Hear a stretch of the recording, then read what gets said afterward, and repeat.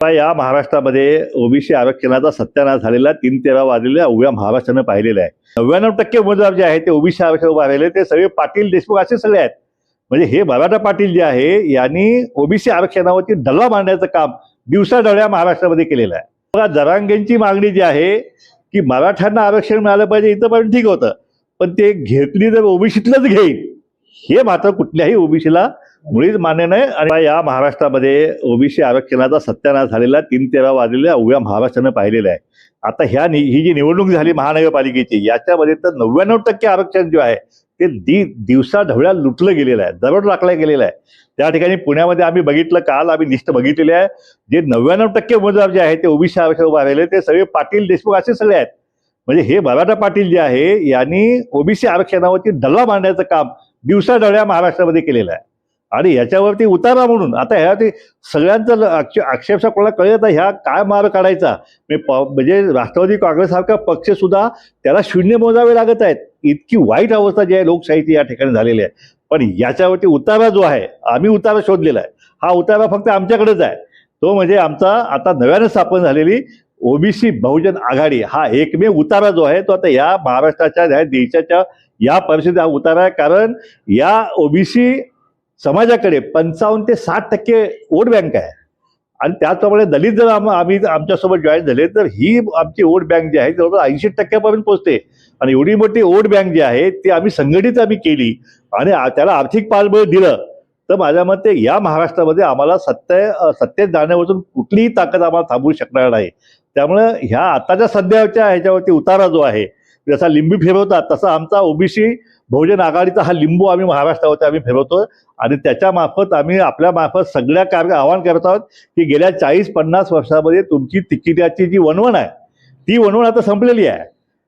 जे खेटं घालायचे सगळ्या पक्षांच्या ऑफिसमध्ये नेत्यांच्याकडे आम्हाला तिकीट देता का, कुणी तिकीट देता का, कोणी तिकीट, पण त्याला कुणीही तिकीट दिलं नाही. फक्त सेल काढायचा, त्याचा अध्यक्ष बनवायचं, उपाध्यक्ष बनवायचं आणि सतरंज्या उचलायच्या लावायच्या, खुर्च्या लावायच्या, एवढाच कार्यक्रम 40-50 वर्ष झालेला आहे. पण आता ती वणवण सगळी थांबवलेली आहे. आम्ही आता स्वतःचं हक्काचं व्यासपीठ ओबीसीसाठी हे आता ओबीसी बहुजन आघाडी या पक्षाच्या माध्यमातून तयार केलेलं आहे.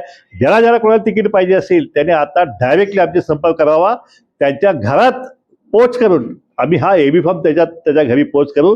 त्यामुळं अशा प्रकारे एक नवीन राजकीय समीकरण जे आहे ते या महाराष्ट्रामध्ये आम्ही उभा करत आहोत. या पक्षाची स्थापना जी आहे महाराष्ट्रातल्या ओबीसीच्या प्रमुख सगळ्या नेत्याने एकत्रितपणे बसून ह्या पक्षाची स्थापना केलेली आहे. आणि त्यामुळं ओबीसी असेल, भटके विमुक्त असतील, अनिरुद्ध बलुतेदार असतील, या कार्यकर्त्यांना या भविष्यात मी म्हणत नाही की ह्याच निवडणुकीत आमचे निवडून येणार असतील, पण आमचे पडले तर चालतील, पण लढणार आहेत नक्की. कारण लढल्याशिवाय आणि पडल्याशिवाय पुढे जिंकायचं कसं त्याचा आराखडे कुठं आपल्याला बांधता येत नाहीत. कारण ह्याचं ट्रेनिंग जे आहे ही एक बालवाडी आहे. ह्या स्थानिक स्वराज्य संस्था म्हणजे ह्या बालवाडी आहेत. हिथंच ट्रेनिंग मिळते.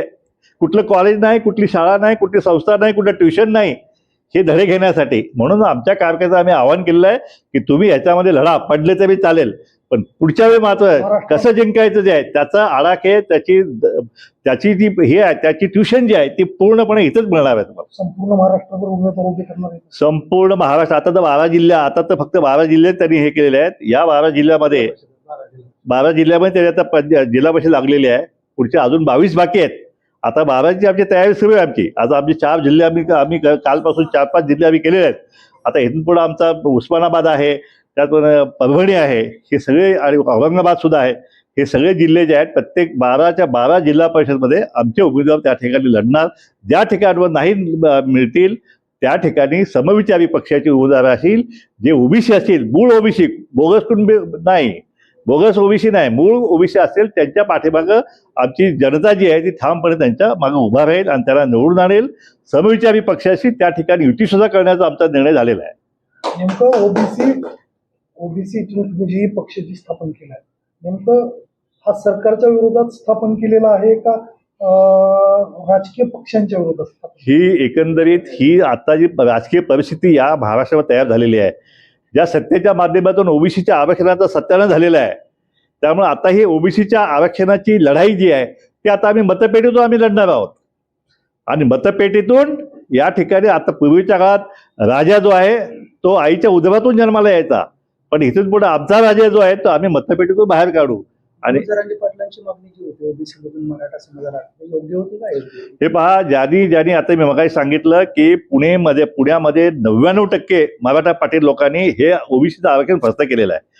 त्यांचा आता 6 महिन्याची त्यांचं जात पडताळणी वैधता जी आहे ती अजून समितीकडून मिळालेली नाही आहे. त्या ठिकाणी आम्ही तिथं आमची वकिलाची फौज आम्ही उभा केलेली आहे.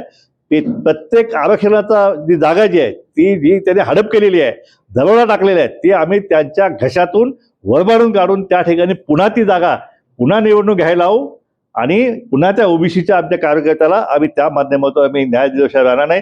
समजा एखादं जर गेला हायकोर्टमध्ये सुद्धा आता आमची ओबीसीची धनगरांची मोठमोठी वकील आहेत, तुम्हाला माहित असेल, काळा कोट घालून ते पण उभा आहेत. योग्य होती का? योग्य होती.